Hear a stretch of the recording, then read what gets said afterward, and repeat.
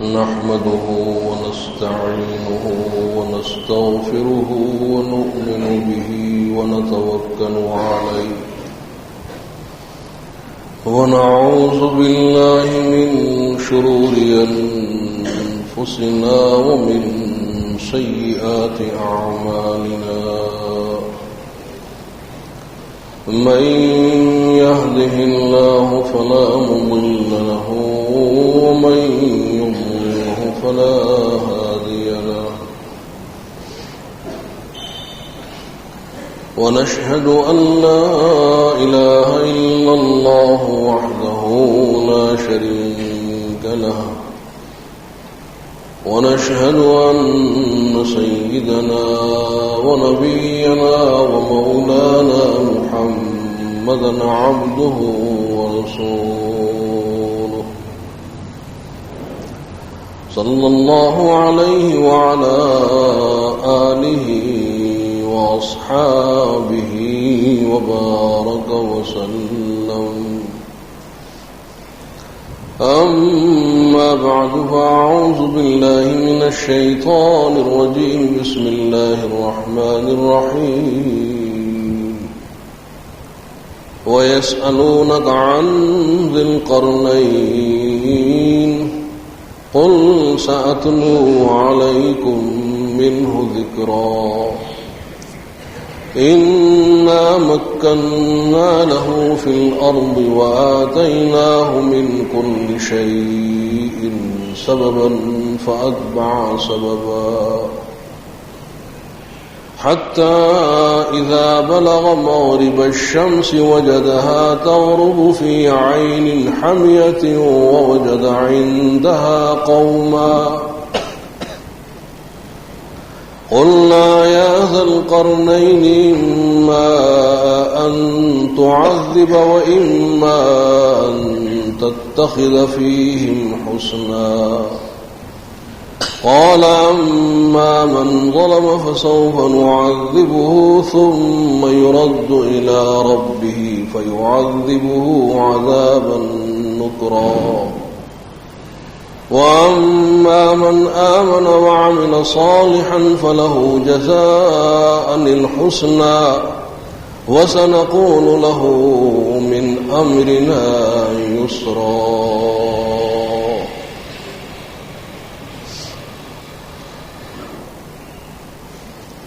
بزرگان محترم قریش مکہ نے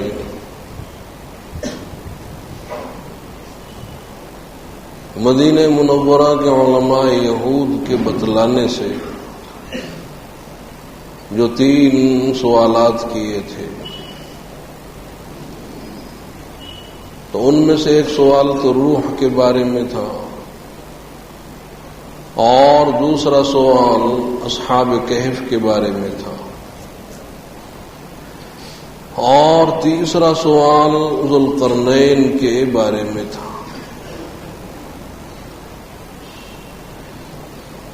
اور ذوالقرنین کا واقعہ تاریخ نے فراموش کر دیا تھا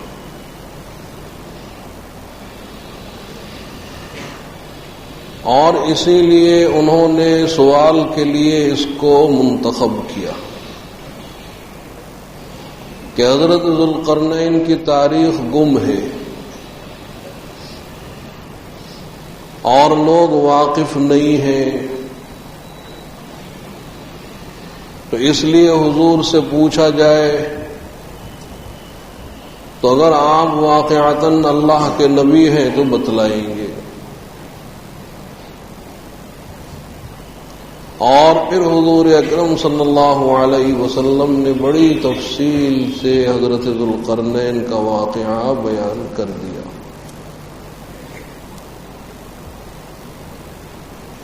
تو اس سے آپ کی نبوت اور رسالت ثابت ہو گئی۔ کیا آپ نے کوئی پچھلی آسمانی کتابیں پڑھی نہیں ہیں؟ تاریخ میں یہ واقعہ ملتا نہیں ہے، اور علماء یہود و نصارہ کے پاس آپ کا جانا نہیں ہے، مکہ معظمہ میں ان کا وجود نہیں ہے، اور پھر بھی آپ تفصیل سے بیان کر رہے ہیں کہ اتنی تفصیل خود ان کے یہاں بھی نہیں ہے. تو یہ بین دلیل ہے کہ آپ اللہ کے نبی ہیں اور آپ نے وحی کے ذریعے یہ واقعہ بیان کیا.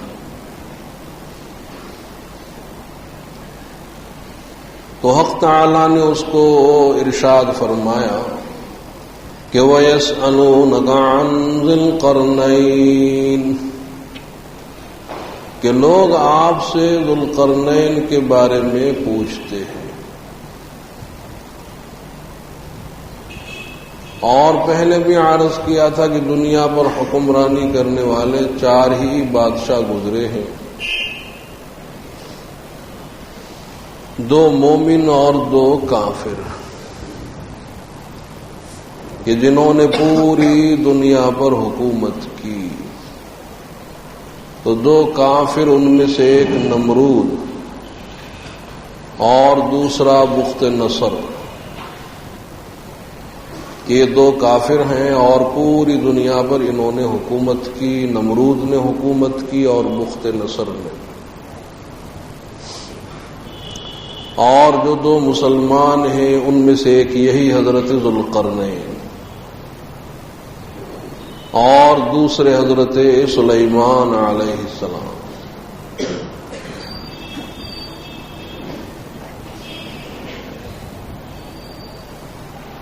تو حق تعالی نے یہ ارشاد نہیں فرمایا کہ ان کا نام ذو القرنین تھا، بلکہ لوگ ذو القرنین کے نام سے ان کو یاد کرتے ہیں.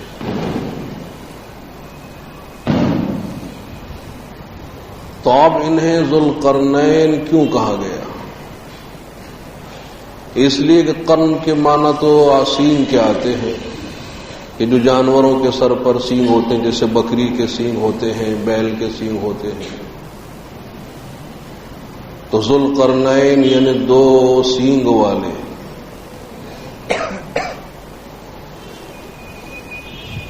تو اب انہیں ذو القرنین کے لقب سے کیوں یاد کیا جاتا ہے؟ اب یا تو اس وجہ سے کہ ان کے سر پر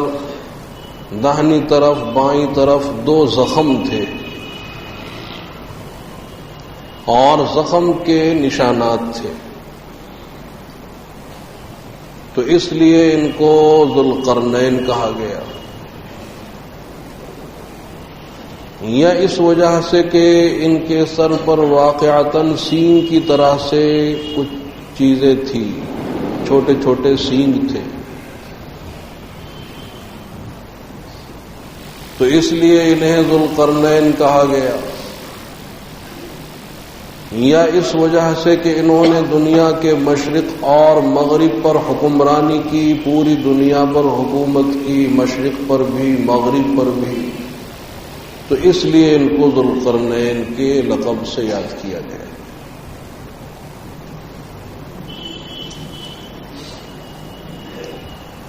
اور ایک ذو القرنین ہوا حضرت مسیح علیہ السلام سے 300 سال پہلے، کہ جس کا نام تھا سکندر. اور مصر میں ایک شہر بھی ہے اسکندریہ، موسی کا بسایا ہوا. تو وہ تو کافر تھا، اور وہ حضرت عیسیٰ علیہ السلام سے 300 سال پہلے سکندر، ویسے اس کو بھی ذو القرنین کہا گیا. اور وہ ہے سکندر رومی یا یونانی مقدومی، اور اس کا وزیر تھا ارسطو، کہ جس نے دارا کو شکست دی، ایرانیوں کو، پارسیوں کو شکست دی اور ان کو بہت ذلیل کیا، اور پھر وہ وہیں ایران میں ہی مر گیا. تو وہ مراد نہیں ہے، بلکہ یہ حضرت ذو القرنین اس سکندر رومی سے 2000 سال پہلے، بلکہ بعض مفسرین نے لکھا ہے کہ ذو القرنین کا زمانہ اور حضرت ابراہیم علیہ السلام کا زمانہ ایک ہے. کہ جب حضرت ابراہیم علیہ السلام بنا کعبہ سے فارغ ہو گئے، بیت اللہ کی تعمیر سے فارغ ہوئے، اور حضرت ابراہیم علیہ السلام نے حج کا اعلان کیا، تو یہ حضرت ذوالقرنین مکہ معظمہ پہنچے اور حضرت ابراہیم علیہ السلام نے ذوالقرنین کا استقبال کیا اور بہت سی نصیحتیں فرمائی، اور حضرت ذوالقرنین کے جو وزیر ہیں وہ حضرت خضر علیہ السلام، کہ جن کا واقعہ کچھ پہلے اللہ نے ذکر فرمایا ہے، تو وہ 2 رکوع میں حضرت موسیٰ علیہ السلام اور حضرت خضر علیہ السلام کا تذکرہ ہے۔ تو حضرت ذوالقرنین کے وزیر حضرت خضر علیہ السلام، اور پوری دنیا پر حکومت کی، اس کے بارے میں اللہ نے بیان کیا وَيَسْأَلُونَكَ عَنْ ذِي الْقَرْنَيْنِ، کہ لوگ آپ سے ذوالقرنین کے بارے میں پوچھتے ہیں، پوچھنے والے قریش مکہ، اور سوال کیے تھے علماء یہود کے بتلانے سے کہ ذوالقرنین کون ہے۔ قُلْ سَأَتْلُو عَلَيْكُمْ مِنْهُ ذِكْرًا، تو آپ فرمائیے کہ میں عن قریب ان کا ذکر تم کو بیان کرتا ہوں،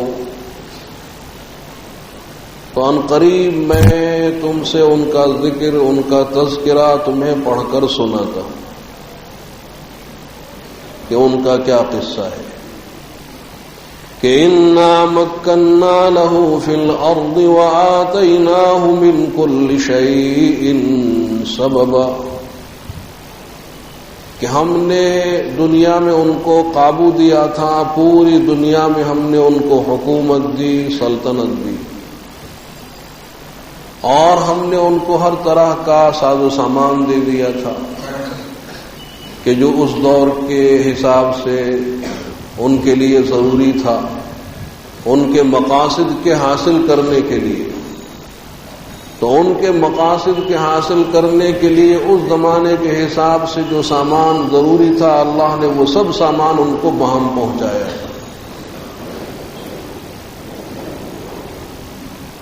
تو فَأَتْبَعَ سَبَبًا، تو وہ ایک راستے پر ہو لیے، حَتَّى إِذَا بَلَغَ مَغْرِبَ الشَّمْسِ، یہ حضرت ذوالقرنین کا پہلا سفر جو جانب مغرب ہوا، تو یہ ان کے پہلے سفر کا تذکرہ ہے کہ حضرت ذوالقرنین مغرب کی طرف سفر کر رہے ہیں، اور راستے میں جتنے علاقے آتے ہیں سب کو فتح کر لیتے، تو سب کو فتح کرتے ہوئے مغربی جانب بڑھتے چلے گئے، بڑھتے چلے گئے، تو حتی اذا بلغ مغرب الشمس، کہ جہاں سورج ڈوبتا ہے وہاں تک پہنچ گئے، منتہائے مغرب تک پہنچ، کہ جہاں آبادی کا اختتام، ویسے منتہائے مغرب تو ہے ہی نہیں، کیونکہ دنیا تو گول ہے گیند کی طرح سے، جتنا بھی آپ آگے بڑھیں گے مغرب اور آگے اور آگے۔ تو اس دور میں جہاں آبادی اپنے اختتام کو پہنچتی تھی وہاں تک چلے گئے، آبادی کے منتہا تک پہنچے، تو آبادی کے آخری کنارے پر پہنچ گئے کہ اب آگے سمندر ہی سمندر ہے۔ تو حتی اذا بلغ مغرب الشمس وجدها تغرب في عين حمية ووجد عندها قوما، تو حضرت ذوالقرنین نے پایا کہ سورج سیاہ پانی میں ڈوب رہا ہے، پانی سے مراد سمندر ہے، اور ڈوبنے سے مراد حقیقتاً ڈوبنا نہیں ہے، اس لیے کہ سورج تو ہماری دنیا سے بہت بڑا ہے، تو جب سورج ہماری پوری دنیا ہی سے بڑا ہے تو وہ ہماری دنیا کے سمندر میں کہاں ڈوب سکتا ہے؟ وہ تو گشت کرتا ہے چاروں طرف، دنیا کے چاروں طرف چکر لگاتا ہے۔ لیکن اگر انسان سمندر کے کنارے پر پہنچ جائے اور منتہا نظر تک پانی ہی پانی نظر آئے تو اس کو محسوس ہوگا کہ سورج پانی میں ڈوب رہا ہے۔ دیکھنے میں ایسا نظر آتا ہے کہ وہ اس کا نچلا کنارہ سمندر میں گیا، پھر آدھا سورج سمندر میں چلا گیا اور ہوتے ہوتے وہ پورا پانی میں ڈوب گیا، یوں محسوس ہوتا ہے۔ تو دیکھنے میں ایسا نظر آتا ہے۔ تو ممکن ہے کہ وہاں جو سمندر ہوگا اس سمندر کا پانی کالا ہوگا، تو وہ دیکھنے کے اعتبار سے بعض سمندروں کے پانی کالے ہوتے ہیں، تو اسی لیے کہتے ہیں بحر اسود، اور کہیں کا پانی سرخ ہوتا ہے تو وہ بحر احمر کہلاتے ہیں، اور کہیں کا پانی سبز نظر آتا ہے تو وہ بحر اخضر کہلاتے ہیں۔ تو اس سمندر کا پانی سیاہ ہوگا دیکھنے میں، تو اس سمندر میں ڈوبتا ہوا دیکھا سورج کو، اور وہاں ایک قوم کو پایا کہ مغرب کے کنارے پر پہنچ گئے اور آگے سمندر ہے اور آبادی کا وہاں اختتام ہو رہا ہے، تو اس قوم کو وہاں پایا۔ تو وہ قوم تھی کافر، غیر مسلم۔ تو حق تعالی نے فرمایا قلنا یا ذا القرنین، تو ہم نے کہا کہ اے ذو القرنین، اللہ نے کہا۔ اور اللہ کس سے کہتے ہیں؟ نبی سے۔ تو اسی لیے بعض علماء کا خیال یہ ہے کہ حضرت ذو القرنین نبی تھے، لیکن جمہور کی رائے یہ ہے کہ حضرت ذو القرنین نبی نہیں تھے، مومن تھے، صالح تھے، عادل تھے، نیک آدمی تھے اور انصاف کرنے والے تھے، مومن تھے، نبی نہیں تھے۔ تو اب یا تو مراد ہے الہام کہ حق تعالی نے حضرت ذو القرنین کے دل میں الہام کیا ہو، اور رہا الہام وہ اللہ کے نیک بندوں کے قلوب میں الہام ہو سکتا ہے، القاء فی القلب، کہ اللہ نے کوئی بات دل میں ڈال دی، یا پھر ان کے ساتھ جو اللہ کے نبی ہوں گے اللہ نے ان پر وحی کی ہوگی، جیسا کہ کہا گیا کہ حضرت ذو القرنین کے جو وزیر تھے حضرت خضر تھے اور وہ اللہ کے نبی تھے۔ تو وہ ہوں یا اور کوئی اللہ کے نبی ہوں اور اللہ نے ان پر وحی کیو کہ تم حضرت ذو القرنین سے کہو، تو اللہ تعالی نے اس نبی کے واسطے سے کہا کہ قلنا یا ذا القرنین، تو ہم نے کہا، یعنی پہلے ہم نے نبی سے کہا اور انہوں نے حضرت ذو القرنین سے کہا، قلنا یا ذا القرنین اما ان تعذب و اما ان تتخذ فیہم حسنا، کہ آپ کو دو اختیار ہیں کہ چاہے تو آپ ان کو ابتداءً قتل کر دیں، دوسرا اختیار کہ پہلے آپ ان کو دعوت اسلام پیش کریں اور اگر نہ مانے تو پھر قتل کر دیں۔ لیکن اشکال یہ ہوتا ہے کہ دعوت اسلام کے پہلے قتل کرنا جائز ہی نہیں ہے، پہلے دعوت اسلام پیش کر کے دیکھا جائے کہ مانتے ہیں کہ نہیں، ہاں اگر نہ مانے تو قتل کر سکتے، اور دعوت اسلام تو پیش کی نہیں اور یوں ہی قتل شروع کر دیا، وہ تو جائز نہیں ہے۔ تو ممکن ہے کہ ان کو دعوت اسلام پہلے پہنچ چکی ہوگی، اب دوبارہ دعوت اسلام پیش کرنا واجب نہیں ہے، محض مستحب ہے۔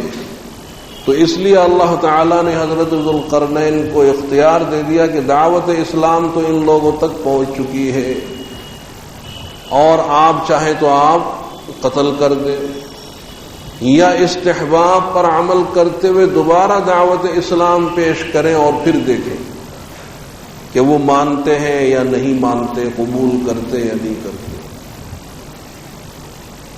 تو حضرت ذوالقرنین نے دوسری صورت کو اختیار کیا کہ میں تو استحباب پر عمل کرنا چاہتا ہوں، کہ جو کام مستحب ہے کہ پہلے میں دعوت اسلام پیش کرتا ہوں،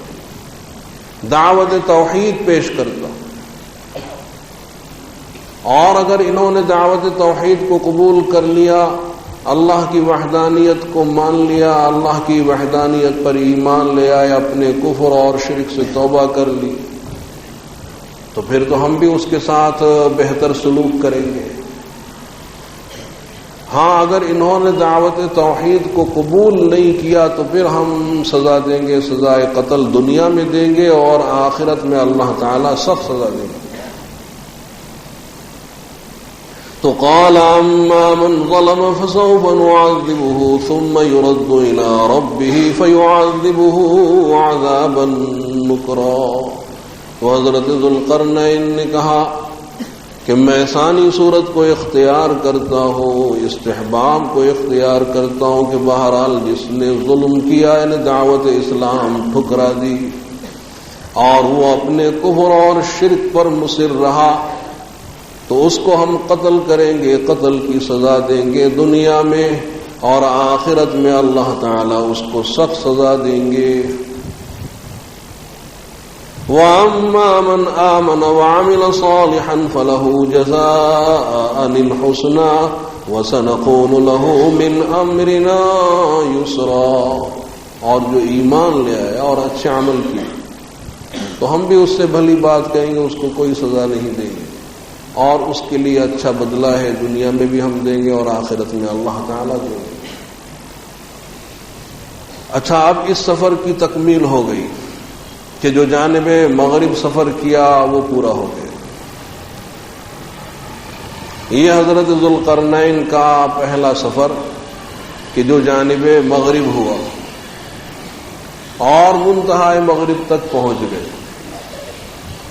کہ جہاں آبادی کا اختتام ہو رہا تھا وہاں تک پہنچ گئے۔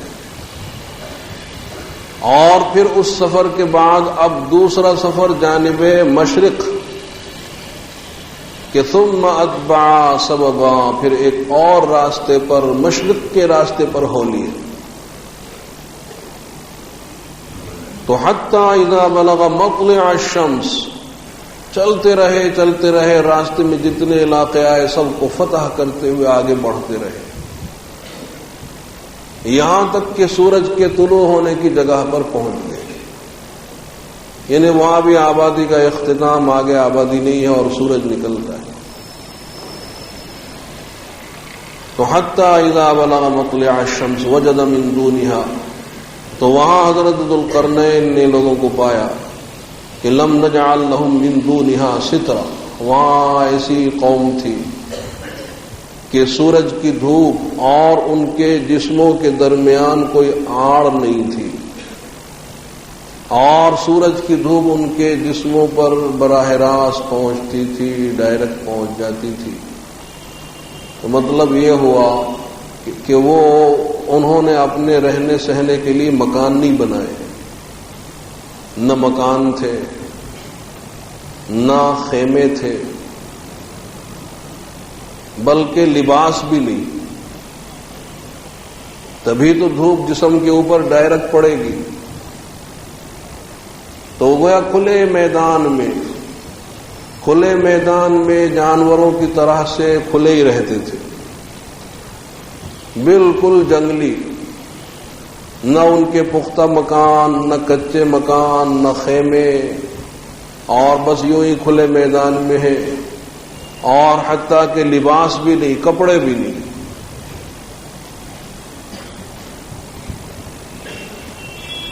اور ظاہر یہ کہ وہ بھی کافر ہی ہوں گے، غیر مسلم،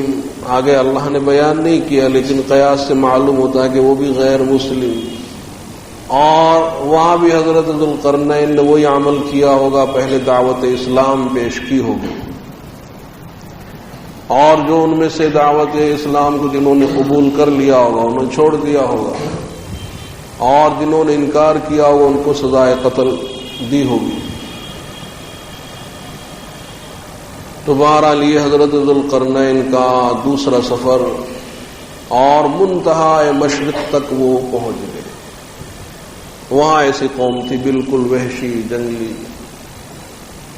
کہ سورج کی دھوپ سے بچنے کے لیے نہ مکان ہے نہ خیمے ہیں، حتیٰ کہ سورج کی دھوپ سے بچنے کے لیے لباس بھی نہیں ہے،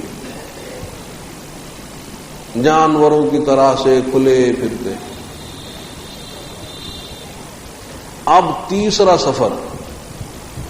کہ ثم اتبع سببا، کہ تیسرا سفر اختیار کیا، وہ اللہ نے بیان نہیں کیا اب تیسرا سفر کدھر کو۔ تو ظاہر ہے کہ منتہائے مغرب تک پہنچے ہیں، منتہائے مشرق تک پہنچے ہیں، اب کدھر گئے ہوں گے؟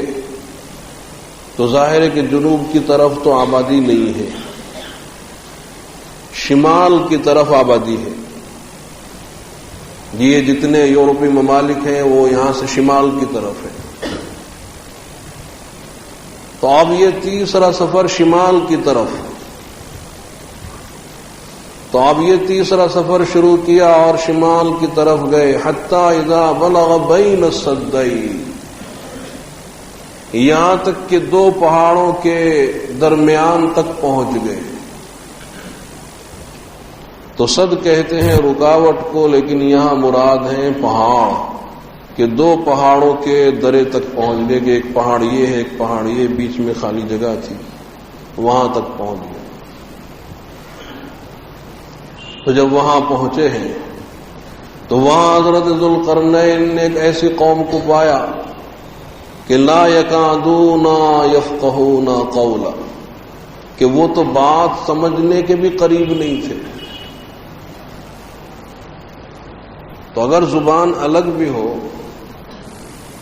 تب بھی انسان اپنے اشارے سے کنائے سے اپنے معافی ضمیر کو سمجھا سکتا ہے، لیکن وہ تو ایسے وحشی اور جنگلی کہ شاید اشارہ بھی نہیں سمجھتے تھے، تو وہ تو بات سمجھنے کے قریب نہیں۔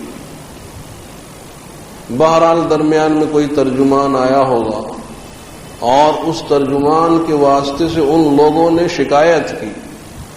حضرت ذوالقرنین سے،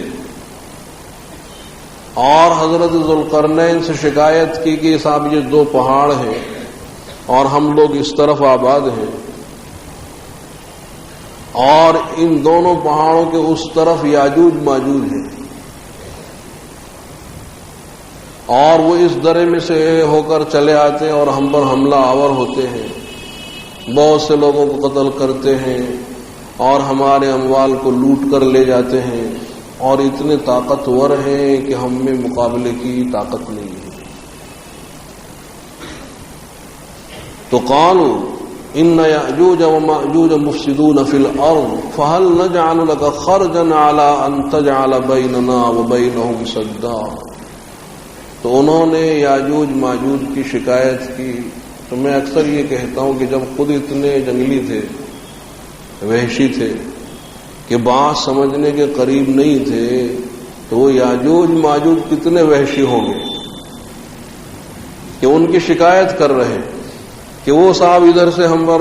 چڑھائی کرتے ہیں اور دونوں پہاڑوں کے درمیان جو راستہ اس میں سے گھس آتے ہیں، اور صاحب وہ ہم کو قتل کرتے ہیں، لوٹ مار مچاتے ہیں اور لوٹ کر لے جاتے ہیں، اور ہم میں ان کے مقابلے کی طاقت نہیں ہے۔ تو آپ ایسا کیجئے کہ ان دونوں پہاڑوں کے درمیان کوئی دیوار قائم کر دیں تاکہ وہ ادھر سے ادھر نہ آ سکے اور ہم محفوظ رہیں۔ یہ انہوں نے درخواست کی کہ ان یأجوج ومأجوج مفسدون فی الارض فهل نجعل لك خرجا على ان تجعل بیننا وبینهم سدا، کہ یاجوج ماجوج وہ ملک میں ہمارے علاقے میں فساد مچاتے ہیں، لوٹ مار کرتے ہیں۔ تو اب یہ یاجوج ماجوج کیا ہے؟ تو بہت سے سوچتے ہیں کوئی جانور ہوں گے، تو ظاہر ہے کہ یاجوج ماجوج جانور نہیں، انسان ہی ہے. اور اس وقت دنیا میں جتنے انسان ہیں وہ سب حضرت نوح علیہ السلام کی اولاد میں ہیں. تو یاجوج ماجوج بھی حضرت نوح علیہ السلام ہی کی اولاد میں ہیں، انسان ہی ہیں. اور حضرت نوح علیہ السلام کی اولاد میں ہے، بلکہ حضرت نوح علیہ السلام کے جو ایک بیٹے ہیں یافس، ان کی اولاد میں ہے کہ حضرت نوح علیہ السلام کے 3 بیٹے ہوئے اور ان سے ہی دنیا میں نسل چلی ہے. تو ایک بیٹے کا نام ہے سام ابن نوح. اب یہ جتنے اہل عرب وہ سام کی اولاد میں، سامی النسل. اور دوسرے بیٹے تھے حام ابن نوح. تو اب دنیا میں جتنی سیاہ فام نسلیں ہیں، کالی نسلیں، جیسے افریقہ کے وہ حبشی، یا ہندوستان میں تھے وہ بھیل راور، تو وہ حام کے اولاد، حام کے اولاد سیاہ فام، سیاہ فام.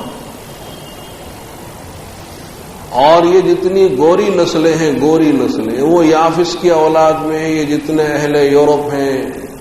روسی ہیں، چائنی ہیں، ایرانی ہیں، یا ہندوستان میں جو آریہ آئے تھے، آریائی،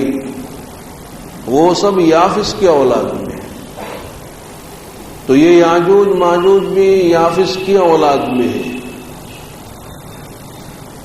تو بہرحال ان لوگوں نے شکایت کی کہ یاجوج ماجوج اس طرف سے گھس آتے ہیں، ان دونوں پہاڑوں کے درمیان جو راستہ ہے، قدرتی راستہ ہے، یہاں سے گھس آتے ہیں اور لوٹ مار مچاتے ہیں، بڑا فساد مچاتے ہیں. تو ہم آپ کے لیے چندہ کیے دیتے ہیں کہ آپ دیوار قائم کر دیں. تو ہم اتنا مال آپ کے لیے جمع کر دیتے ہیں کہ آپ یہاں بیچ میں ایک آہنی دیوار قائم کر دیں کہ وہ لوگ ادھر سے ادھر نہ آ سکیں. تو یہ اس قوم کی درخواست حضرت ذوالقرنین سے ہوئی کہ آپ دیوار بنائیں، لوہے کی دیوار. تو حضرت ذوالقرنین نے فرمایا کہ مجھے تمہارے مال کی ضرورت نہیں، اللہ تعالیٰ نے تم سے بہتر مال مجھ کو دے رکھا ہے. قال ما مکنی فیہ ربی خیر، کہ جس مال میں تصرف کرنے کا اللہ نے مجھ کو اختیار دیا ہو وہ بہت بہتر ہے، مجھے تمہارے مال کی ضرورت نہیں ہے. البتہ تمہاری جسمانی قوت کی ضرورت ہے، مزدوری کی ضرورت ہے کہ تم ہاتھ پاؤں سے میری مدد کرنا. تو فاعینونی بقوہ، کہ اپنی قوت سے تم میری مدد کرنا، اپنے ہاتھ پیر سے مدد کرنا، میرے یہاں مزدوری کرنا. یہ دیوار بنانی پڑے گی تم کو، پیسہ دوں گا میں. تو فاعینونی بقوہ، اور تو اگر تم نے میری مدد کی قوت سے تو میں ایک دیوار قائم کر دوں گا. تو آتونی زبر الحدید، لہذا میرے پاس لوہے کی چادریں لاؤ. حالانکہ دیوار قائم کرنے کے لیے جہاں لوہے کی اینٹوں کی ضرورت ہے، تانبے کی ضرورت ہے، بھٹیوں کی ضرورت ہے، پاڑ باندھنے کی ضرورت ہے، بہت سے اسباب کی ضرورت ہے، لیکن تذکرہ صرف لوہے کی اینٹوں کا. اس لیے کہ وحشی ملک تھا، جنگلی ملک، اور وہاں لوہے کی چادریں، سب سے بڑا مشکل مسئلہ تو یہی تھا کہ لوہے کی چادریں آئیں گی کہاں سے، لوہے کی پلیٹیں کہاں سے آئیں گی. تو وہ سب سے نایاب، کمیاب. لہذا اللہ نے قرآن کریم میں اسی کا تذکرہ فرمایا کہ لوہے کی چادریں لاؤ، اور باقی سامان تو خیر ہم اکٹھا کر ہی لیں گے. تو وہ لوہے کی پلیٹیں اور لوہے کی چادریں اکٹھی ہو گئیں، تانبا ہوگا، بھٹیاں قائم کی ہوں گی. اور وہ جو لوہے کی چادریں تھیں یا لوہے کی اینٹیں، وہ دونوں پہاڑوں کے درمیان ان کو چنا گیا، ان کو بچھایا گیا، اوپر تک لیا ہے، حتی اذا ساوا بین الصدفین، کہ پہاڑوں کی چوٹی تک ملا دیا. زمین سے اس کو اٹھاتے گئے بلندی کی طرف، پہاڑ کی چوٹی تک اس کو پہنچایا۔ اب یہ دیکھیں اس زمانے میں کتنا مشکل کام ہو رہا ہے، لوہے کی چادریں یا لوہے کی پلیٹیں یا لوہے کی اینٹیں کہاں بنی ہوں گی، کس طرح سے مہیا کی ہوں گی، اور دونوں پہاڑوں کے درمیان جو درہ ہے اس میں صاحب ان کو چنا جا رہا ہے، اور چنتے چنتے اوپر تک پہاڑ کی، دونوں پہاڑوں کی چوٹیوں تک پہنچا دیا اس دیوار کو۔ تو قال انفخوا، اور پھر کہا کہ اچھا اب دھوکو۔ دونوں طرف بھٹیاں قائم کی گئی اتنی بڑی دیوار کو گرم کرنے کے لیے، تو وہ بھٹیاں قائم کی گئی، ادھر سے بھی آگ اور ادھر سے بھی آگ، اور اتنا دھوکا ہے کہ حتی اذا جعلہ نارا، کہ وہ لوہے کی پلیٹیں سرخ ہو گئی، انگار کی طرح سے سرخ ہو گئی۔ تو اب فرمایا کہ اچھا اب آتونی افرغ علیہ قطرہ، اور قطر کے معنی آتے ہیں پگھلا ہوا تانبا، وہ کہیں اور تانبا پگھلایا جا رہا ہوگا، اور وہ پگھلا ہوا تانبا آلات کے ذریعے اوپر پہنچایا گیا، اور وہاں سے وہ سانپ ڈالا گیا، وہ بھی آلات کے ذریعے سے اوپر سے ڈالا گیا۔ اب وہ اینٹوں کے درمیان میں جو درازیں تھیں تو اس میں وہ پگھلا ہوا تانبا فٹ ہو گیا، تو گویا وہ پوری دیوار ایک جان ہو گئی۔ تو دونوں طرف بھٹیاں قائم کی گئی ہیں اور اس دیوار کو دھوکا گیا ہے، اور وہ لوہے کی چادریں بالکل انگار کی طرح سے سرخ ہو گئی، اور اب وہ پگھلا ہوا تانبا لایا گیا، اوپر سے چھوڑا جا رہا ہے تاکہ درازوں کے اندر بیٹھ جائے، جم جائے، اور وہ درازوں کے اندر بیٹھ گیا۔ اب وہ لوہے کی چادریں اور تانبا سب مل کر ایک۔ تو جب ایسی پختہ دیوار تیار ہو گئی، فرمایا قال ھذا رحمت من ربی، کہ یہ میرے رب کی رحمت ہے کہ حق تعالیٰ نے مجھ سے یہ کام لے لیا، ورنہ یہ بڑا اہم مشکل کام تھا، لیکن اللہ تعالیٰ نے میرے ذریعے سے لے لیا۔ میرے واسطے بھی یہ رحمت ہے اور تمہارے واسطے بھی رحمت کہ اب تم یاجوج ماجوج کی تخت و تاراج سے محفوظ ہو گئے، اور اب یہ اتنی مضبوط اور چکنی دیوار ہے کہ وہ چڑھ بھی نہیں سکتے، یاجوج ماجوج چڑھ بھی نہیں سکتے، اور چونکہ لوہے کی ہے توڑ بھی نہیں سکتے، نقب بھی نہیں لگا سکتے۔ تو اس پر اللہ تعالیٰ کا شکر ادا کیا کہ اب یاجوج ماجوج نہ چڑھ سکتے ہیں اور نہ اس میں نقب لگا سکتے ایک وقت تک۔ لیکن فَإِذَا جَاءَ وَعْدُ رَبِّي جَعَلَهُ دَكَّاءَ وَكَانَ وَعْدُ رَبِّي حَقًّا، لیکن جب میرے رب کا وعدہ آئے گا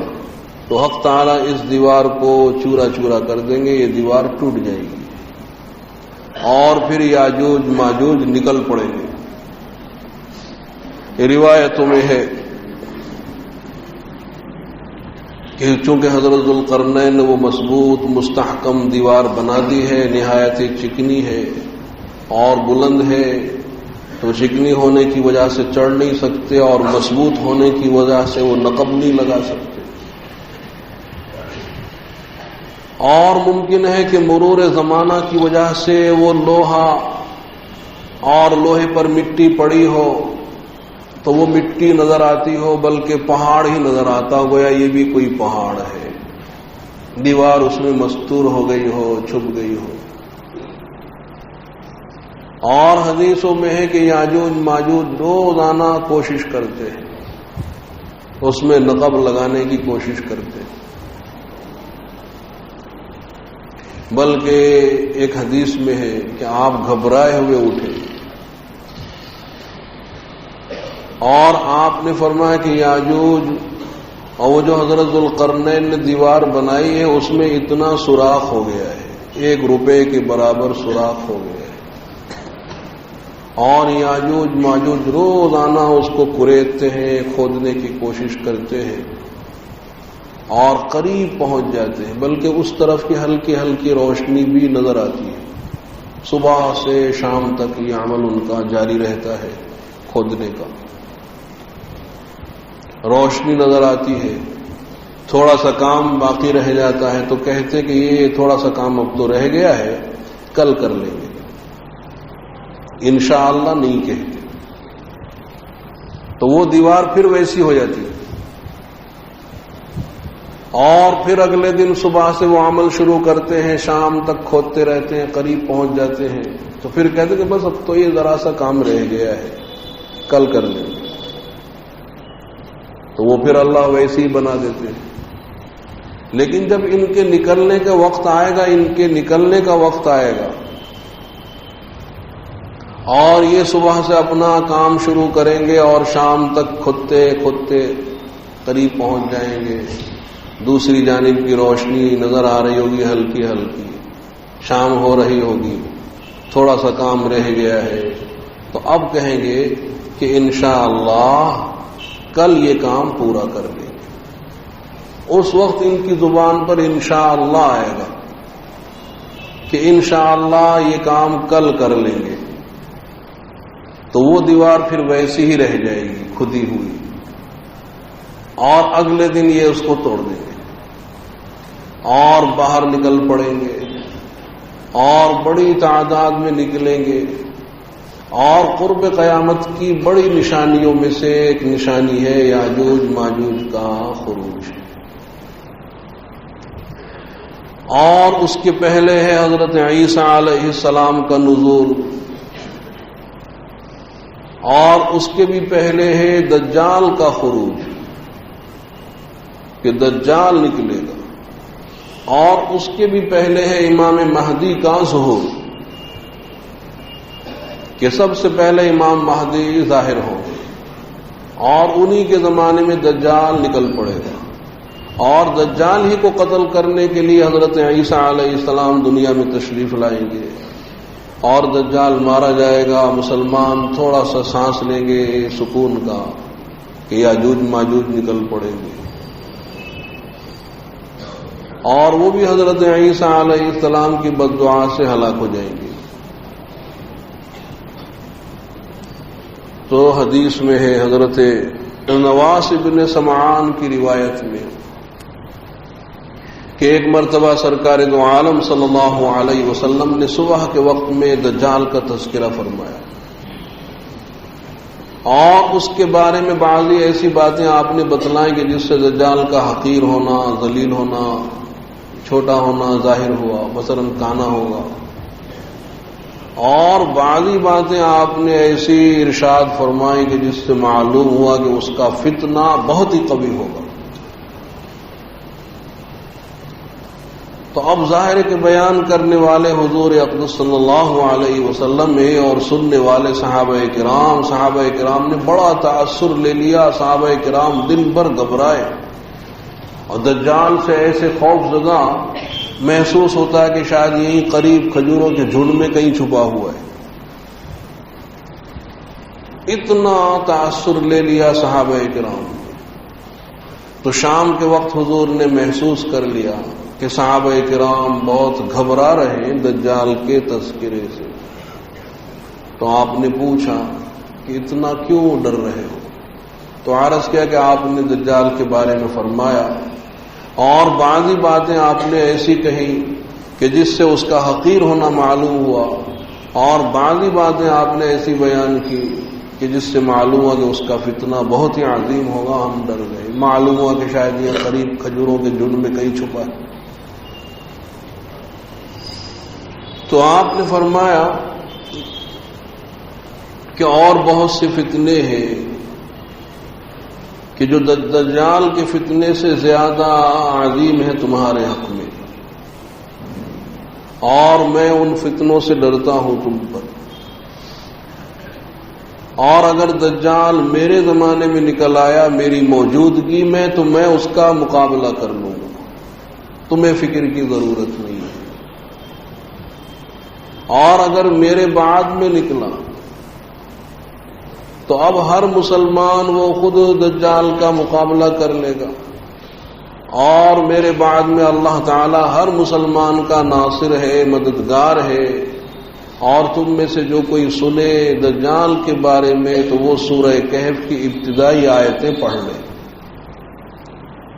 کہ اس میں فتنہ دجال سے امن ہے. تو سورہ کہف کی ابتدائی آیتیں پڑھ لیں جہاں سنیں کہ دجال نکلا ہوا ہے، اور آپ نے فرمایا کہ وہ نکلے گا ملک شام اور عراق کے درمیان میں سے.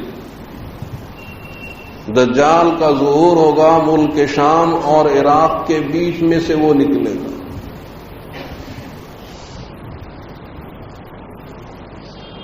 اور وہ دنیا میں 40 دن رہے گا. 40 دن رہے گا، لیکن پہلا ایک دن 1 سال کے برابر، دوسرا دن 1 مہینے کے برابر، اور تیسرا دن ہوگا 1 ہفتے کے برابر، اور جو باقی دن وہ ہمارے دنوں کے برابر.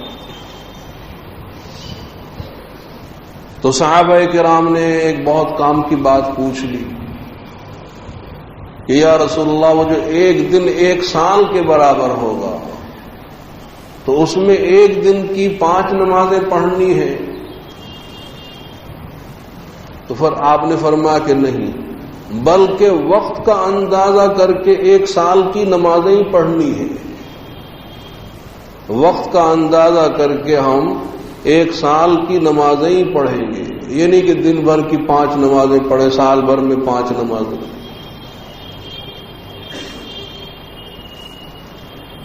اور آپ نے فرمایا کہ وہ دنیا میں اس سرعت کے ساتھ کہ جیسے بادل اور بادلوں کے لیے موافق ہوا مل جائے، اس طرح سے وہ دنیا میں چکر لگائے گا. اور ایک قوم پر پہنچے گا جو ایک آنکھ ہے وہ ابھری ہوئی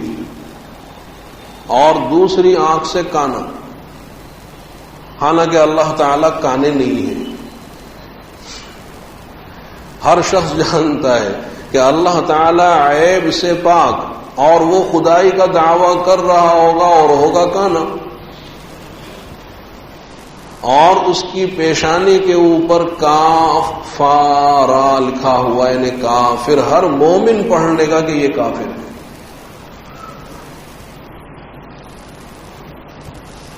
بہرحال اس کا فتنہ بہت عظیم کہ مثلا روٹیوں کا پہاڑ اس کے ساتھ میں ہوگا، اور ایک قوم پر پہنچے گا اور دعوت دے گا اپنے ضلال کی طرف، قوم اس پر ایمان لے آئے گی تو وہ حکم دے گا بادلوں کو اور خوب بارش ہوگی، اور زمین کو حکم دے گا خوب پیداوار ہوگی، اور اس قوم کے جانور اس میں چریں گے، اور ان کے کوہان اونچے ہو جائیں گے اور کوکیں پھول جائیں گی، اور جو تھن ہیں وہ دودھ سے لبریز ہو جائیں گے. اور دوسری قوم پر پہنچے گا اور بلائے گا اپنی گمراہی کی طرف، قوم انکار کر دے گی تو وہ آگے بڑھ جائے گا. اب وہاں قحط سالی ہو جائے گی، ان مسلمانوں پر قحط سالی ہو جائے گی. اب یہی فتنہ ہے، دیکھیے کہ جو ایمان لائے اس پر تو بارش ہو رہی ہے، زمین سے پیداوار ہو رہی ہے، جانور چر رہے ہیں، اور صاف فربا ہو رہے ہیں، دودھ دے رہے ہیں. اور جو جنہوں نے نہیں مانا وہاں قحط سالی ہو گئی. اور ایک جنگل میں گزر ہوگا دجال کا، بالکل جنگل ہے بیابان. وہ حکم دے گا کہ اے زمین اپنے خزانوں کو نکال،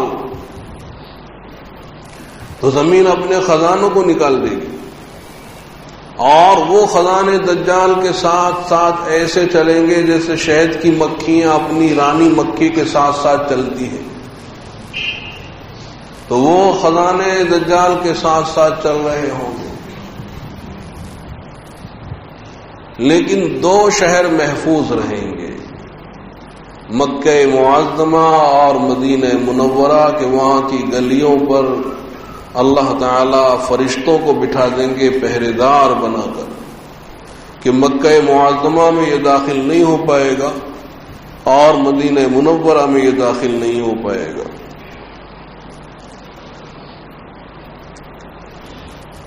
اور پھر ایک شخص کو یہ قتل کر دے گا، 2 ٹکڑے، اور ایک ٹکڑا وہاں دور ڈال دے گا اور ایک ٹکڑا وہاں. اور پھر حکم دے گا کہ اچھا تم دونوں ٹکڑے، یہ دونوں ٹکڑے جڑ جائیں، تو وہ دونوں جڑ جائیں گے اور وہ شخص زندہ ہنستا ہوا سامنے چلا آ رہا ہے۔ تو اب اسی سے معلوم ہوتا ہے کہ اس کا فتنہ کتنا عظیم ہوگا۔ لیکن اخیر میں جو مقابلہ کریں گے وہ مدینہ منورہ کے ایک بہت ہی صالح نیک شخص، وہ صاف کہہ دیں گے کہ تو دجال ہے، اور میں کسی طرح سے بھی تجھ پر ایمان لانے والا نہیں، تو دجال ہے، ہمارے پیغمبر نے جو پیشگوئی فرمائی وہ تو ہی ہے۔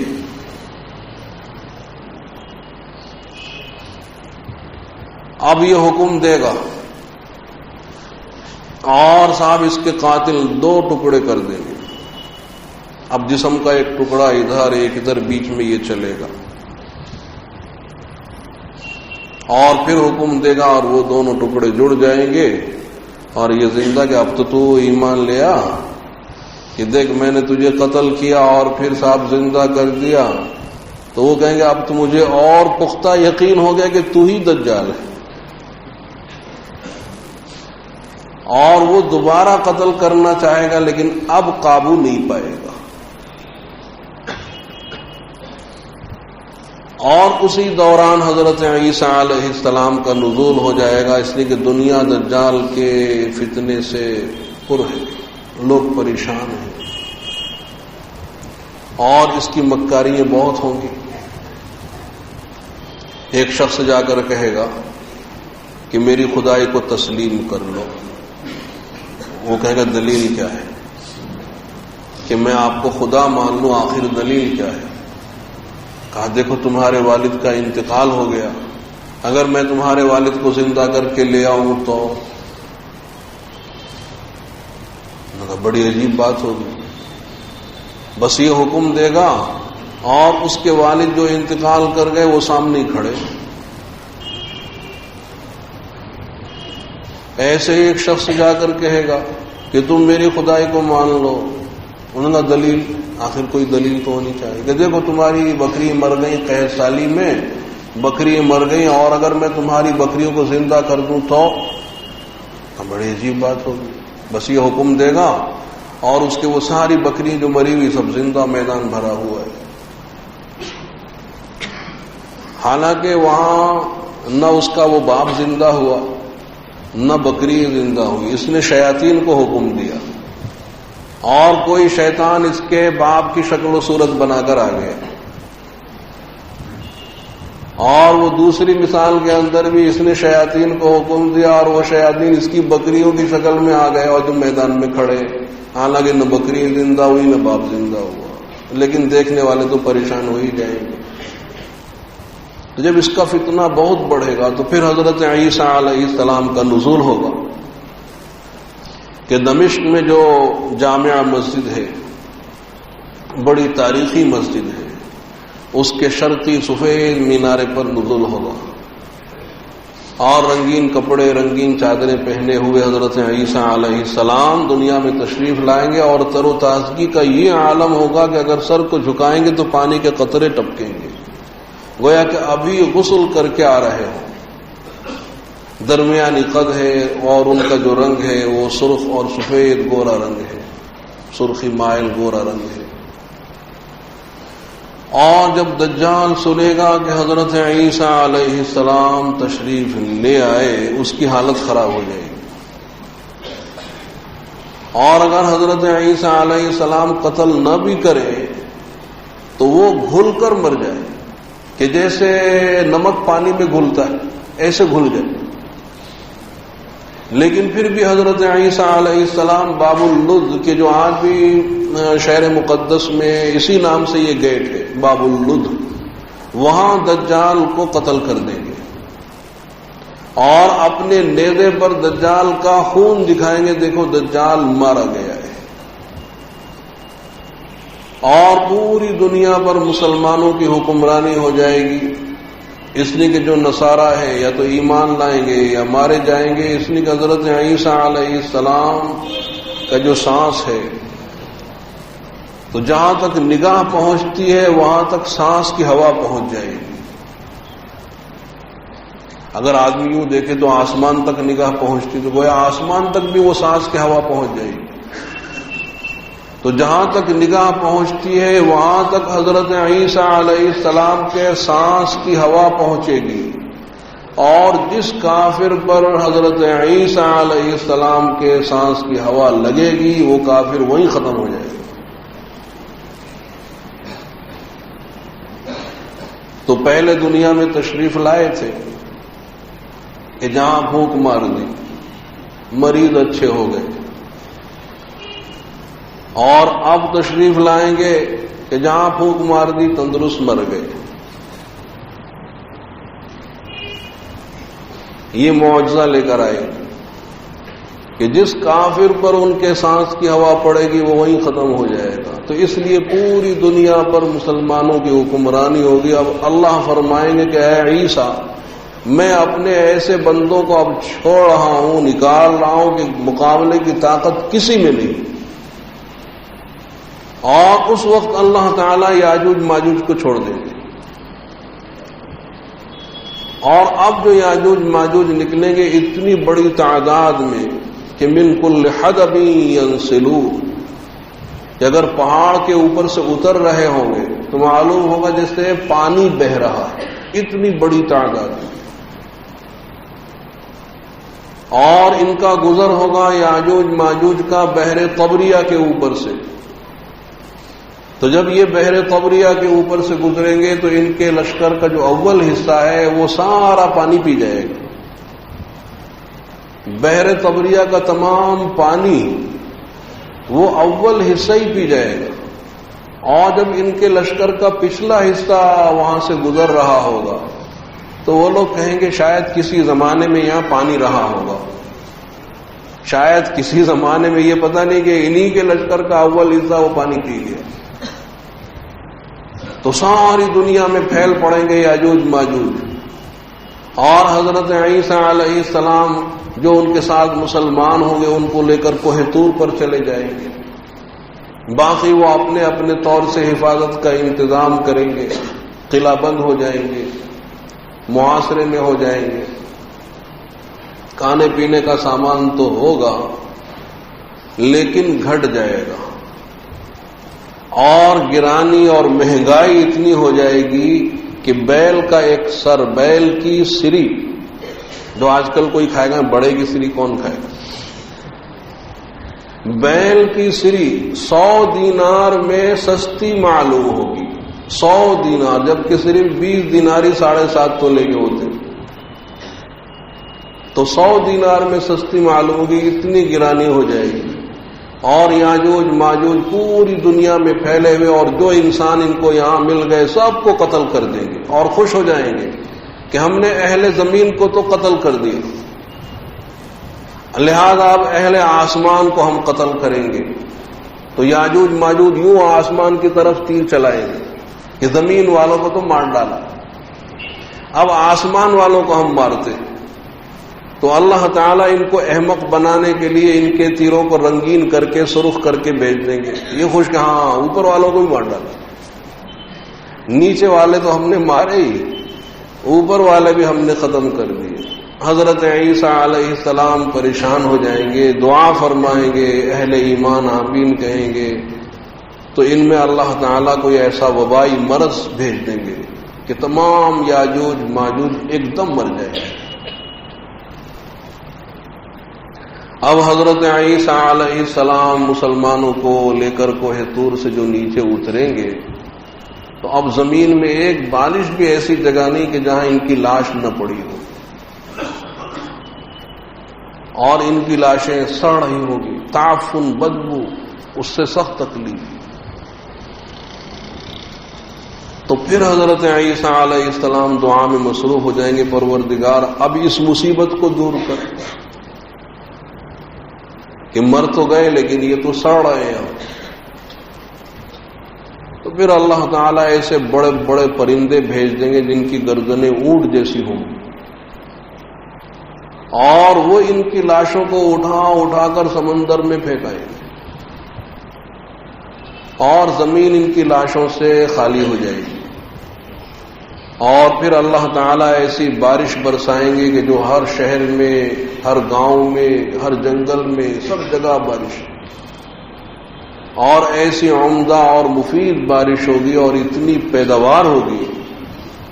اور پیداوار میں اتنی برکت ہوگی کہ ایک انار اتنا بڑا ہوگا کہ بہت سے لوگ ایک انار سے پیٹ بھر لیں، اور جو اس کا چھلکا ہوگا انار کا، ایک انار کا چھلکا جیسے خیمہ یا بہت بڑی چھتری،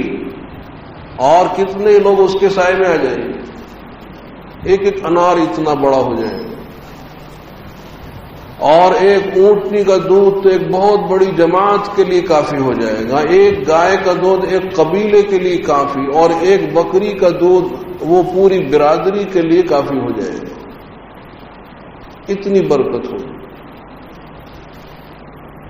اور حضرت عیسیٰ علیہ السلام دنیا میں 40 سال رہیں گے، اور پھر ان کی وفات ہو جائے گی، اور جو حضور کے روضے میں جگہ ہے، ایک جگہ خالی ہے، وہاں مدفون ہو جائیں گے، مسلمان جنازے کی نماز پڑھ کر دفن کر دیں گے، اور پھر کچھ مدت کے لیے مسلمان حکمران رہیں گے، 12 خلیفہ ہوں گے حضرت عیسیٰ علیہ السلام کے بعد بھی، اور پھر وہی دنیا میں رفتہ رفتہ کفر بڑھتا چلا جائے گا، اور اہل ایمان کم رہ جائیں گے، جب مسلمان تھوڑے رہ جائیں گے اور ان کی بہت بڑی تعداد، تو پھر اللہ تعالیٰ ایک ایسی ہوا بھیج دیں گے کہ جتنے بھی کلمہ گو ہیں، جن کے دلوں میں ذرہ برابر بھی ایمان، وہ ختم ہو جائیں گے، اور پھر دنیا میں کافر ہی کافر رہیں گے، اور پھر دنیا خوب ترقی پر جائے گی، اور جب دنیا خوب ترقی پر ہوگی اور جتنی بڑی بڑی علامتیں ہیں وہ تو سب ظاہر ہو چکی ہوں گی، سورج جو ہے بجائے مشرق کے مغرب سے نکلے گا، دابۃ الارض کا بھی خروج ہو جائے گا، اس کو بھی صدیاں گزر جائیں گی، لوگ تو بھول بھی جائیں گے، اور دنیا میں کافروں کی حکومت، پوری دنیا میں کافر، کوئی کلمہ گو تو ہے ہی نہیں، کوئی اللہ اللہ کہنے والا نہیں ہے، سب کافر ہی کافر، ان پر قیامت جو آئے گی وہ اچانک آئے گی، اور اچانک اس طرح سے آئے گی کہ بازار کھلے ہوئے ہیں اور دکانوں پر بھیڑ لگی ہوئی ہے،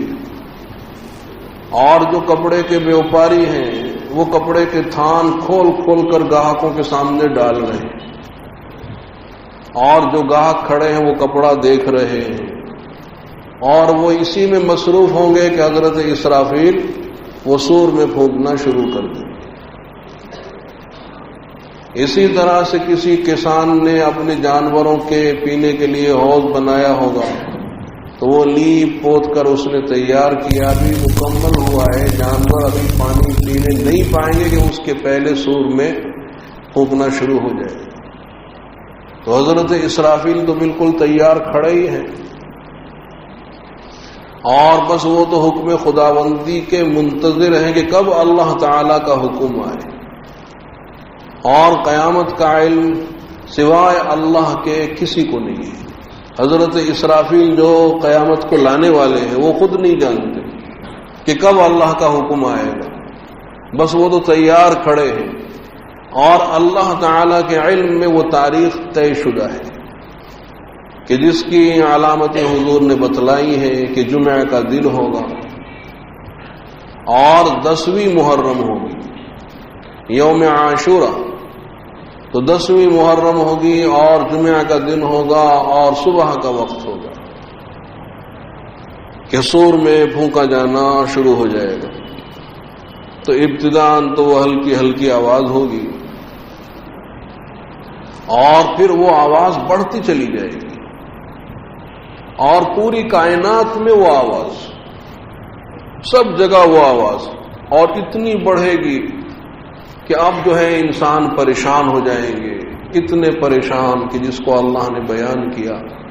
اور وہ آیتیں کل انشاءاللہ پڑھی جائیں گی کہ ان زلزلۃ الساعۃ شیء عظیم یوم ترونها تذهل كل مرضعة عما ارضعت وتضع كل ذات حمل حملها وَتَرَى النَّاسَ سُكَارَىٰ وَمَا هُمْ بِسُكَارَىٰ وَلَٰكِنَّ عَذَابَ اللَّهِ شَدِيدٌ، کہ جو حمل والی عورتیں ان کے حمل ساقط ہو جائیں گے، اور جن کی گود میں شیرخوار بچے ہیں وہ اپنے معصوم بچوں کو بھول جائیں گے اور افراتفری کا عالم ہوگا، بھگدڑ بن جائیں گے، لیکن آواز تو بڑھتی رہے گی، اور اتنی بڑھے گی جتنے جاندار ہیں سب ختم ہو جائیں گے، انسان مر جائیں گے، جانور مر جائیں گے، وہ آواز اور بڑھے گی اور اتنی بڑھے گی کہ پہاڑ اپنی جگہ سے اکھڑ جائیں گے، اور اس کے بعد پہاڑ چورا چورا ہو جائیں گے، بالکل ریت کی طرح سے ہو جائیں گے، کل احن المنفوش، کہ جیسے دھنی ہوئی اون ہوتی ہے تو دھنی ہوئی اون کی طرح سے وہ اڑنے لگیں گے، اور یہ جتنے ستارے ہیں وہ سب ٹوٹ پھوٹ جائیں گے کہ اذا الشمس كورت واذا النجوم انكدرت واذا الجبال سيرت، کہ سورج بے نور ہو جائے گا اور صاحب یہ ستارے جھڑنے لگیں گے، سب سیارات آپس میں ٹکرا جائیں گے اور یہ پوری کائنات پاش پاش ہو جائے گی، ختم ہو جائے گی۔ تو اس طرح سے یہ پوری کائنات ختم ہو جائے گی۔ کل من علیہا فان وَيَبْقَى وَجْهُ رَبِّكَ ذُو الْجَلَالِ وَالْإِكْرَامِ، کہ 40 یا 50 سال اس طرح سے گزریں گے کہ اس کائنات میں سوائے اللہ کے کوئی نہیں، کہ سب کے لیے فنا، کہ تمام فرشتے وہ بھی ہلاک ہو جائیں گے، جو بڑے بڑے 4 فرشتے ہیں ان کی بھی روح اللہ تعالیٰ آخر میں قبض کر لیں گے، اور وہ جو ملک الموت کہ جن سے آپ خوب چڑھتے ہیں کہ یہ ہماری جان نکالتا ہے، ملک الموت کو بھی موت آئے گی، اور اس وقت اس کو معلوم ہوا کہ موت کتنی کڑوی ہوتی ہے اور کتنی ناگوار ہوتی ہے، ملک الموت کو بھی موت آ جائے گی، سب کے لیے فنا۔ تو 40 سال 50 سال اس طرح سے گزریں گے کہ اس کائنات میں سوائے ایک ذات پاک کے کوئی نہیں، اور اسی عرصے میں اللہ تعالیٰ ایک مخصوص قسم کی بارش برسائیں گے، اور وہ بارش برسے گی کاہے پر؟ عجب الذنب پر۔ اچھا، یہ عجب الذنب کیا ہے؟ وہ ہر انسان کی ریڑھ کی ہڈی کا پچھلا حصہ ہے، اور اس کو عربی میں کہتے ہیں عجب الذنب، کہ ریڑھ کی ہڈی کا پچھلا حصہ۔ اور جو انسان بنا ہے تو وہیں سے بنا ہے کہ نطفہ تھا، پھر خون ہو گیا، پھر وہ خون منجمد ہو گیا، اور سب سے پہلے جو ہڈی بنتی ہڈی وہ وہی بنتی ہے، عجب الذنب سب سے پہلے بنے گی، پھر وہاں سے ڈھانچہ بنے گا۔ اور جب انسان مر گیا سب کچھ جتنے اجزاء ہیں وہ سب فنا ہو جاتے ہیں، خاک میں مل کر خاک ہو جاتے ہیں، لیکن یہ جو عجب الذنب ہے یہ باقی رہتا ہے، ہر انسان کا یہ باقی رہے گا کہ چاہے آپ اس کو جلا دیں، کچھ ہی کر دیں، لیکن عجب الذنب وہ محفوظ رہے گا۔ اور ممکن ہے کہ اس میں بھی جو غیر ضروری اجزاء ہوتے ہوں گے، غیر اصلی اجزاء، وہ بھی فنا ہو جاتے ہوں، اور جو اس میں جوہر اصلی ہو ذرا سا وہ باقی رہتا، اور اس پر جو مٹی چڑھ گئی، اگر ہم دیکھیں سمجھے مٹی ہوگی، دیکھنے والا اس کو مٹی سمجھے، لیکن ہے وہ عجب الذنب، کسی نہ کسی انسان کا عجب الذنب وہ محفوظ۔ اور جب وہ مخصوص قسم کی بارش اس پر ہوگی عجب الذنب پر، گویا بیج ہے، ہر انسان کا بیج تو محفوظ ہے، تو جب وہ مخصوص قسم کی بارش اس عجب الذنب پر ہوگی وہیں سے سب کے ڈھانچے بن جائیں گے۔ تو اس 40 یا 50 سال کے عرصے میں سب کے ڈھانچے تیار ہو گئے اور ان پر گوشت چڑھ جائے گا، اور جو جیسا تھا بالکل ویسا، کہ اعلیٰ ان نسوی بنانا، یہاں تک کہ ہم انسان کے پورووں تک کو درست کر دیں گے، اور ہر انسان کے پوروے کے نشان الگ ہوتے ہیں، ہر انسان کے انگوٹھے کا نشان الگ، اسی لیے جو لوگ سین کرنا نہیں جانتے وہ انگوٹھے کا نشان لگاتے ہیں، تو اللہ تعالیٰ اس کو بھی درست کر دیں گے، حالانکہ ہم نہیں جانتے کہ ہمارے انگوٹھے کے نشان کیسے، ان کے کیسے، لیکن اللہ تعالیٰ کے یہاں سب کے محفوظ، اور یہ نہیں کہ میرے نشان آپ کو اور آپ کا نشان مجھ کو دے دیا جائے، ایسا نہیں ہوگا، ان نشانات تک کو اللہ تعالیٰ درست کر دیں گے، سب کی لاشیں گویا مکمل اور پھر اللہ تعالی حضرت اسرافیل کو سب سے پہلے زندہ کریں گے اور سور دیں گے کہ اب نفخہ ثانیہ ہونا چاہیے، اور حضرت اسرافیل دوبارہ سور میں جو پھونکیں گے تو وہ پوری کائنات پھر بحال ہو جائے گی،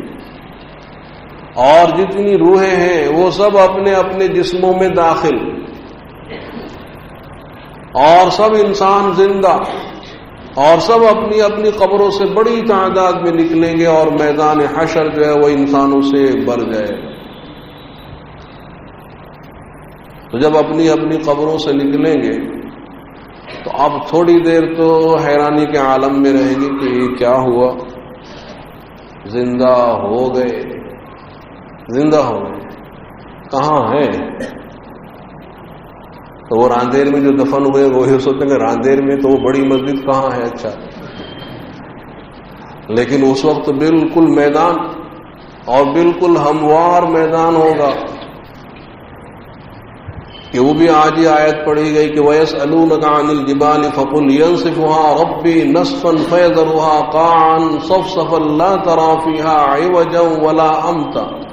کہ اللہ تعالیٰ ایسی ہموار بنائیں گے کہ کوئی پہاڑ، کوئی غار، کوئی آڑ نہیں، بالکل ہموار میدان ہوگا، سیدھا میدان، حیرانی کے عالم میں۔ اور پھر صاحب پکار ہوگی کہ چلو حساب و کتاب کی طرف۔ اس وقت نفسی نفسی کا عالم ہوگا، وقت سبحانہ و تعالی اس کی فکر آج سے ہم کو نصیب فرما۔ اللہم لک الحمد و لک الشکر، اللہم لک الحمد و لک الشکر، اللہم لا احصی ثناء علیک انت کما اثنیت علی نفسک، اللہم صل علی سیدنا محمد النبی الأمی وعلی آلہ وسلم تسلیما۔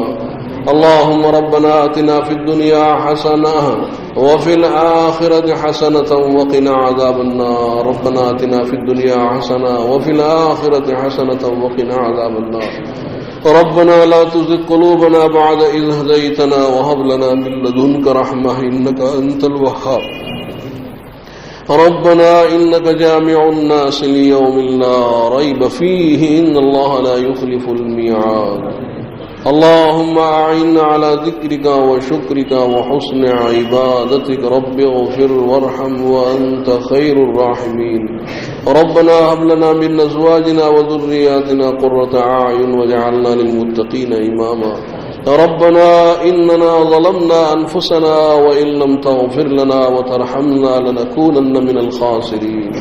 واعف عنا واغفر لنا وارحمنا أنت مولانا فانصرنا على القوم الكافرين، ربنا لا تجعلنا فتنة للقوم الظالمين ونجنا برحمتك من القوم الكافرين، اللهم اغفر لنا وللمؤمنين والمؤمنات والمسلمين والمسلمات وألف بين قلوبهم وأصلح ذات بينهم وانصرهم على عدوك وعدوهم، اللهم لعن الكفرة الذين يصدون عن سبيلك ويكذبون رسلك ويقاتلون أولياءك، اللهم خالف بين كلمتهم، اللهم شتت شملهم، اللهم فرق جمعهم، اللهم دمر ديارهم، اللهم أنزل بهم بأسك الذي لا ترده عن القوم المجرمين۔ الہ العالمین ہمارے سارے گناہوں کو معاف فرما، الہ العالمین ہمارے جمیع ذنوب کو معاف فرما، الہ العالمین ہماری تمام سیئات سے درگزر فرما، حسنات کو قبول فرما، الہ العالمین وہ وقت آنے والا ہے کہ مرنے کے بعد پھر زندہ ہوں گے، الہ العالمین تیری عدالت میں کھڑا ہونا ہے اور اپنی ساری زندگی کے اعمال کا حساب دینا ہے، الہ العالمین اب سے ہم کو تیاریوں کی توفیق نصیب فرما، زندگی کی قدر پہچاننے کی توفیق نصیب فرما، اپنے اوقات کی قدر پہچاننے کی توفیق نصیب فرما، الہ العالمین زندگی کا جو حصہ باقی رہ گیا ہے اپنی طاعت میں صرف کرنے کی توفیق نصیب فرما، الہ العالمین معصیتوں میں خرچ ہونے سے ہماری حفاظت فرما، کہ زندگی کا جو حصہ باقی رہ گیا الہ العالمین کہیں وہ آپ کی معصیتوں میں خرچ نہ ہو، ہم سے گناہ نہ ہو، معصیتوں کا صدور نہ ہو، الہ العالمین گناہوں سے حفاظت فرما، معصیتوں سے حفاظت فرما، اپنی طاعت پر ہم کو ڈال دے، الہ العالمین جو آپ کے احکام ہیں سب کو بجا لانے والا بنا، الہ العالمین جو آپ کی شریعت ہے اس پر عمل کرنے والا بنا، الہ العالمین جو آپ کے محبوب کی سنتیں ہیں الہ العالمین ان کو زندگی میں لانے والا بنا، الہ العالمین ان کو اپنی زندگی میں لانے والا بنا، الہ العالمین ہمارے ظاہر کو ظاہری امراض سے پاک فرما، باطن کو باطنی امراض سے پاک فرما، الہ العالمین ہمارے سینوں اور دلوں کو اپنی معرفت کے نور سے، ایمان کے نور سے منور فرما، الہ العالمین ہمارے قلوب میں اپنا خوف القا فرما، الہ العالمین امید القا فرما،